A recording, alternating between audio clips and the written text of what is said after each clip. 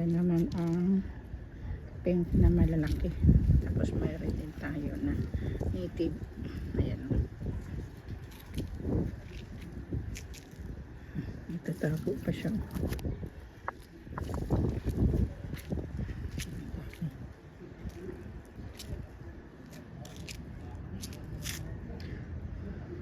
Hindi lang masyadong maganda yung bulaklak nila kasi masyadong mainit.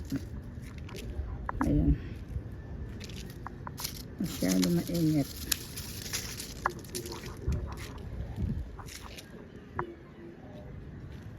Masyadong mainit.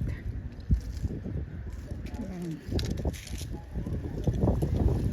Lakas ng hangin. Ang ganda. Ang sarap. Tapos katatapos ko naman din, ayan naman yung mga flower, mga wild flower.